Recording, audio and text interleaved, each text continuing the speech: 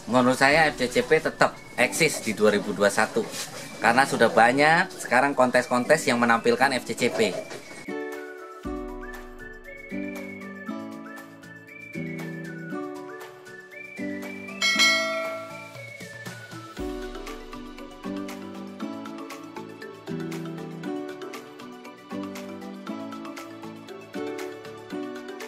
Kita sekarang harus upgrade juga.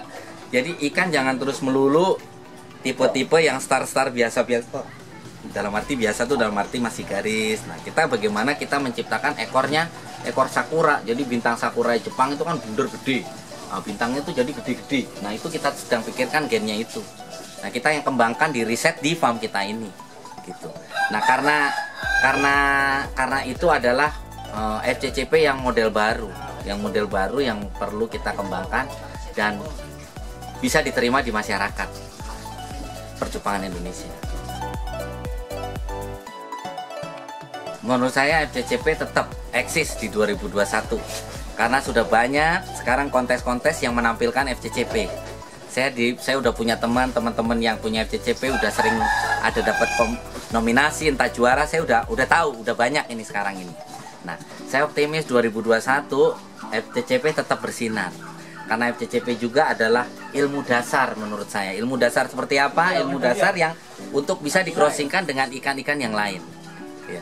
Crossingkan dengan apa? Dengan Nemo misalnya, atau dengan yellow base-nya, dengan koi lah, dengan koi. Itu sangat bagus karena ini ibarat FCCP itu ibarat ilmu dasar. Jadi ilmu dasar yang kita ambil kupernya ini loh. Nah, untuk ditaruh di ikan-ikan yang butuh kupernya. Jadi kayak misalnya avatar yang muncul itu sebenarnya ada kupernya. Saya udah curiga itu pasti ada FCCP-nya. Feeling saya seperti itu. Gitu. Kalau manajemen kita sudah punya tim ya, tim dalam arti kita ada akun-akun yang lain, akun pendukung pemasaran. Nah, di sini akun pendukung pemasaran ikan Deruki Beta. Jadi nggak semuanya dari Deruki. Saya pribadi nggak. Saya punya tim yang beratasnamakan Deruki. Belakangnya Deruki ada official, ada Bounce Deruki, Cuping Deruki. Nah, itu faktor pendukung kita. Faktor pendukung kita dalam arti ikan-ikan yang kita rasa kualitasnya di bawah Deruki Beta tapi satu gen. Nah, itu kita bisa lempar, kita suruh akun-akun itu yang menjual. Jadi dalam arti orang kan nggak harus beli sama saya. Kalau orang yang beli sama saya langsung DM saya pasti di atas 1 juta di Derukinya, di akun utama.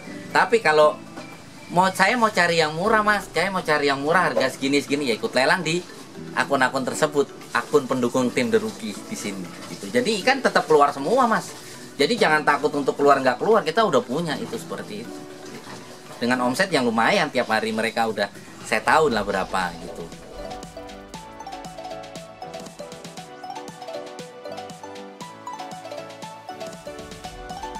Kalau lelang lost download itu ya kita jor-joran, jadi bukan terus kita teman-teman harga, nggak ada di sini yang teman-teman harga. Karena kita semua kan di sini kayak saya main live itu OB-nya suka-suka.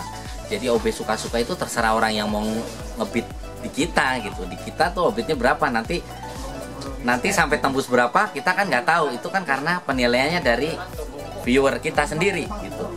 Jadi di sini kita tampilkan ikan yang terbaik dengan harga yang nantinya tercapai berapa, ya itulah rezeki kita di situ gitu. Jadi jangan terus berpikir OB rendah, OB tinggi itu nanti bisa mencapai harga yang bisa maksimal. Nah, tapi ini di sini semua penilaian dari viewer.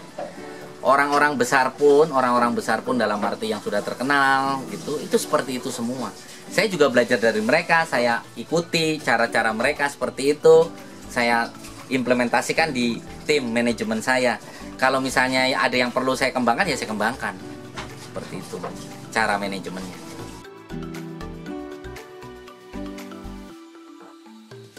Jadi gini, banyak teman-teman sekarang kan ya, dia bersinar di Facebook. Ternyata dia nggak bersinar di Instagram, misalnya seperti itu. Nah, kalau mau bagus menurut saya ya silakan Anda bersinar di media sosial yang membesarkan nama Anda dulu gitu loh. Misal di Facebook ya di Facebook aja dulu. Dikuatkan dulu lah di Facebooknya. ternyata di Facebooknya lebih maju, buat apa dia langsung ke Instagram gitu. Kalau di Instagram dia bisa sama-sama maju, is not problem buat saya gitu ya. Jadi dalam arti gini, kalau memang di Facebook di teman-teman udah bisa jual bagus, ternyata di IG dia malah nggak bisa jual, kan mana emang mubazir, ya kuatin aja di Facebooknya dulu, seperti itu. Ya ini adalah tantangan buat kita semua di sini, karena ECCP di Indonesia kan sudah mulai berkembang ya, berkembang dan banyak.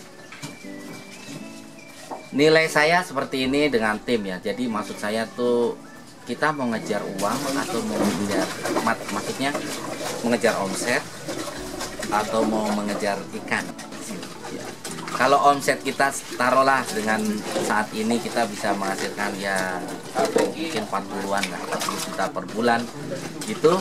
Nah nanti buat teman-teman, buat saya, buat kita di sini 40 juta yang di tahun 2021 itu berapa ekor yang bisa keluar dalam sebulan. Di situ pencapaiannya ya. Jadi bisa aja terjadi nanti dengan harga yang kita capai, omset kita segini nih yang tadi saya sebutin, misalnya 40 juta. Bulan ini bisa keluar 250 ekor, omsetnya 40 juta. Bulan depan kita mencapai 40 juta, tetap omsetnya. Tapi ikan yang keluar 300 ekor, berarti kan ada penambahan 50 ekor di sini. Tapi tetap tercapai omset kita yang 40, kan seperti itu. Jadi itu yang saya kembangkan di The Rookie Betta. Jadi kita jangan ngelihat ikannya harga turun, enggak, kita lihat omsetnya aja gitu.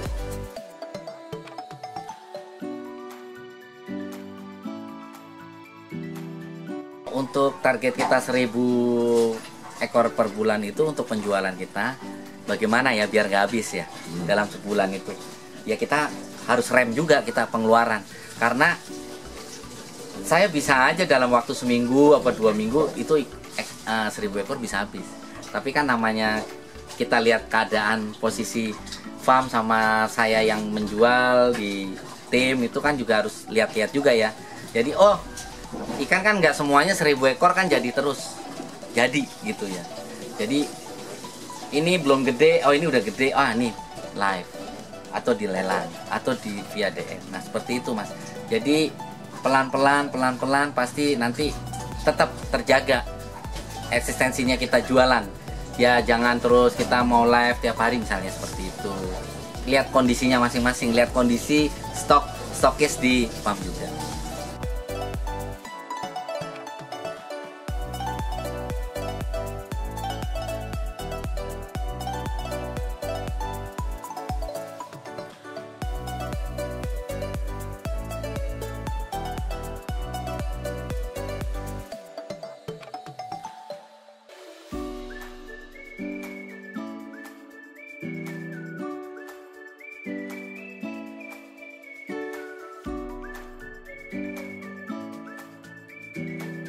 Ini penting juga ya buat saya ya. Jadi saya punya tanggung jawab penuh kepada buyer-buyer yang udah beli sama saya, khususnya indukan.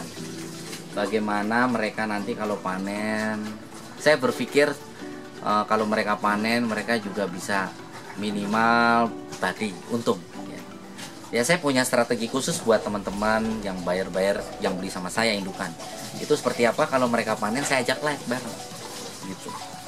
Jadi saya nggak terus makan uang saya jual dari ikan saya sendiri, tapi saya ada perhatian khusus terhadap orang-orang yang sudah beli sama The Rookie Betta, khususnya indukan, karena saya pengen mereka juga maju sama seperti kita di sini.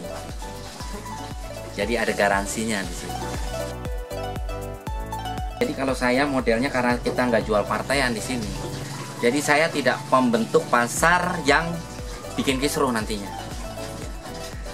Saya ini di sini kita cetak sendiri, yang jual kita juga sendiri.